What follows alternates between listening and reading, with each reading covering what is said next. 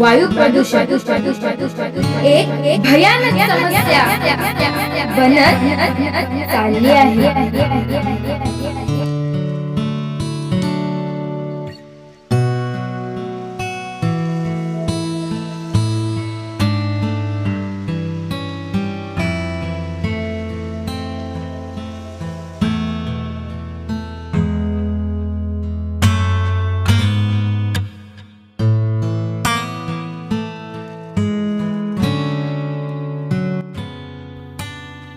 शहरातील शहरालगतच्या कारखान्यातून निघणाऱ्या धुराने हवेचे प्रचंड प्रदूषण होत आहे। रस्त्यावर चालणाऱ्या भरमसाठ वाहनांमुळे उडणारी धूळ, वाहनातून निघणारा धूर या समस्येमुळे वायू प्रदूषणाची समस्या आणखीनच बिकट झाली आहे। धुरामुळे अनेक आजार होत आहेत हे आपल्या लक्षातच येत नाही।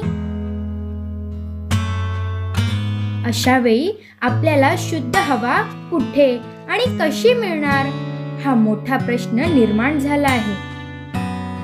वायू प्रदूषणामुळे श्वसन आणि हृदय याच्याशी संबंधित रोग होतात, फुफ्फुसांचा कर्करोग होतो, ताणतणावात वाढ होते, लहान मुलांमध्ये कर्करोगाचा धोका उद्भवणे अशा गंभीर समस्या उद्भवतात।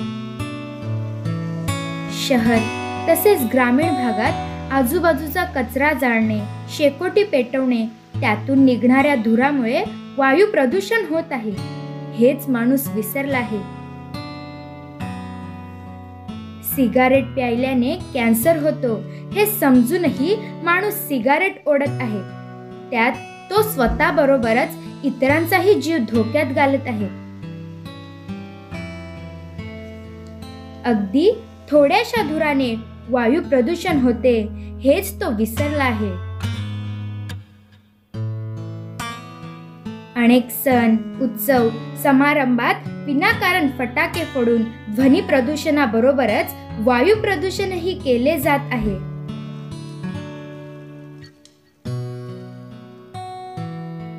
अशा वेळी माझी जबाबदारी काहीच नाही का?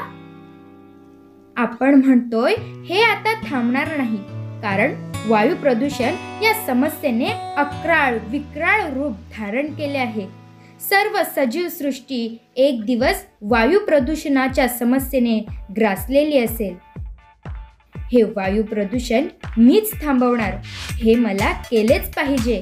यावर उपाय एकच आहे, तो म्हणजे वृक्ष लागवड।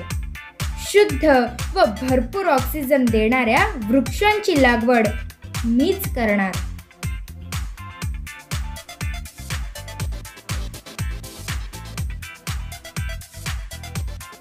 आणि होणारे वायू प्रदूषणही मीच रोखणार, हे मीच करणार आणि हवा शुद्ध राखण्याचा कसोशीने प्रयत्न करून पुढच्या पिढीला त्याचा लाभ देणार।